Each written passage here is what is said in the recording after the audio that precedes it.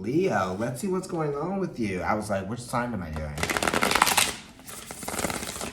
All right, Leo, so this is going to be your second proofread for the month of November, November 15th through the 30th. All right. All right, that's the first shuffle. I'm going to do that 2 more times. You're worried about something, you know. You're putting too much attention, or you're giving too much attention or too much focus to something that you don't need to be looking at or focusing on right now. You've got to be focusing on yourself and what you're trying to accomplish, or just like, you know, it's almost kind of like a mind your own kind of like stuff. All right, let me do this one more time for Leo. You know, you're worried about what you have no control over. You know, you're being made aware of that through your own psychological process. Let's see. The world, completion, accomplishment, rebirth. So this is a Saturn conjunct Pluto type of situation. You know, so this is happening again, this Saturn-Pluto conjunction. So there's something that's gonna take place here, right, at this time. Rebirth, regeneration. And these 2 cards are very special because it's 20 and it's 21. So it's 2, what are we manifesting, or what have we come to know now? How have we been, you know, are we atoning for our past mistakes, right? Because it's Pluto and it's talking about atoning for the past, not resenting the past, you know, realizing where we might have been wrong, or where we may have made some mistakes, or where we could have been reckless with people's emotions perhaps, or we might have just been, you know, unconscious of something. We were unaware, right? And the world here is saying, now that we know, now that we've gone through it, we can now put the past behind us. You know, it's saying like, once you know something, you can't unknow it. And once your brain has expanded, you can't take it back to the same size it once was. You know what I mean? So this is talking about how you have outgrown your past limitations, right? Your past codependencies, those attachments, those things, right? And we're looking towards something new. We're trying to transmute the old energy. How are we going to develop it into something? How are we going to galvanize it? You know, we have actually been strengthened as people. Your character has been strengthened, you know?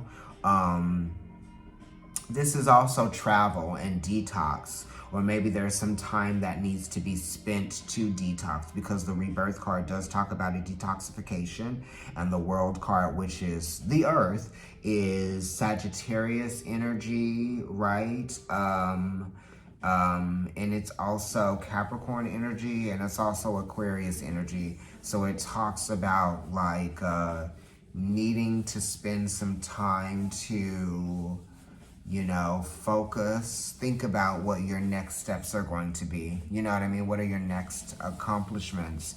Or, you know, what is your next journey going to be? That type of thing. It's so interesting too, the world card, because it has those 4 elements just like the magician does. But the magician is number 1 and the world is the last one, right? 21, the last major arcana card. So it does talk about like the goals, the ideas that you had, being able to accomplish those things, but you have to be willing to let go of something. You have to be willing to make these sacrifices, okay? In order to accomplish these goals, in order to see these things manifest, okay? The 6 of Cups, right? That is a card that's related to the past and what you learned, right? How you have learned to cope with the emotional strain or the oppression, perhaps, or emotional confusion, that type of thing too, because it's a 6. The 6s are also talking about healing that comes through practice, you know, so we have to practice certain methods of healing, and we have to be willing to prescribe the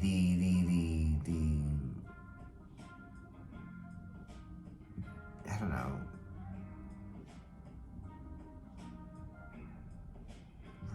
it's like changing the way that you think, right? Prescribing something for yourself, right? What's the remedy? What are you going to, how are you going to actively pursue certain, I don't know, solutions, right? Because the 6s are all talking about how you explore solutions. And these are exploring solutions of healing, right? And it could be discussing, talking about your feelings, right? So it could also even be like therapy with the 6 of Cups being here. Let's go ahead and see what's going on in the back. The Strength card, so that's you, right? The King of Cups, that's Scorpio energy. The 6 of Cups is here as well, which is talking about Sun and Scorpio. And we have the 4 of Wands, which is Venus and Aries. So we got some Pluto planets here, because Pluto for me is the ruler of Scorpio. It's also the ruler of Aries, and it is exalted in Leo. So we really are pushing for this transformation. The Strength card is saying don't fight this transformation, you know, right? So sometimes you have to be willing to understand and be willing to have the maturity level not to fight something, even if you want something so bad, right? Because the Strength card does not talk about force. You know, the King of Cups is emotional maturity that doesn't use force to get what he wants. The 4 of Wands is saying that you can achieve what you want gracefully, right? And that doesn't necessarily mean, you know, the 4 of Wands is related to the King of Wands, which is Leo. So your energy is here, and it's related to Aries, obviously, because it's Venus and Aries. But this is Venus being either 7 houses from where she is normally rulership in Libra, or this is Venus being in her 12th house from Taurus. And Venus is actually exalted in the 12th house, right? So right here, she's kind of like accidentally exalted.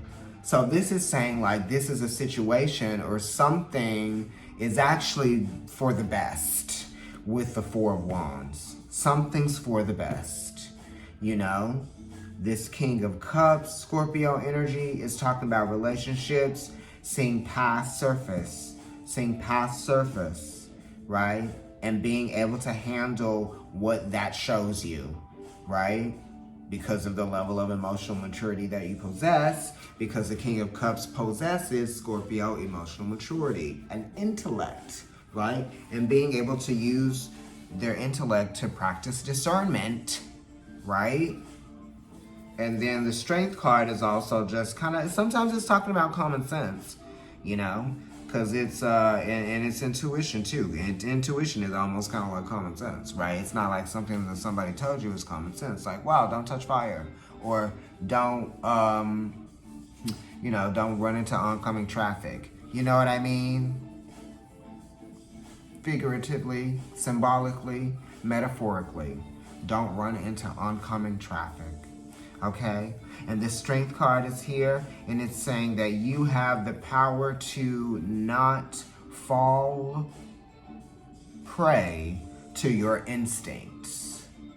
I'm gonna leave it there, Leo. Thank you so much. Like, share, subscribe, comment on the video, hit the notification bell. Remember to do that because YouTube has been unsubscribing people and it has been omitting the likes. If you're watching on Instagram, and if you're not, go over there and follow me on Providence Tarot and follow NYC Kendrick, which is my personal account. And you'll be able to sort of like discover the other accounts that I have. They have nothing to do with all of the other things that I'm doing. You know, I like food too, and I just kind of like photography, images, aesthetic. So I have accounts for those things as well. You'll figure them out. Thank you so much, Leo. I will talk to you soon. Enjoy the last 2 weeks of November and happy holidays to all of you out there who celebrate. Be safe.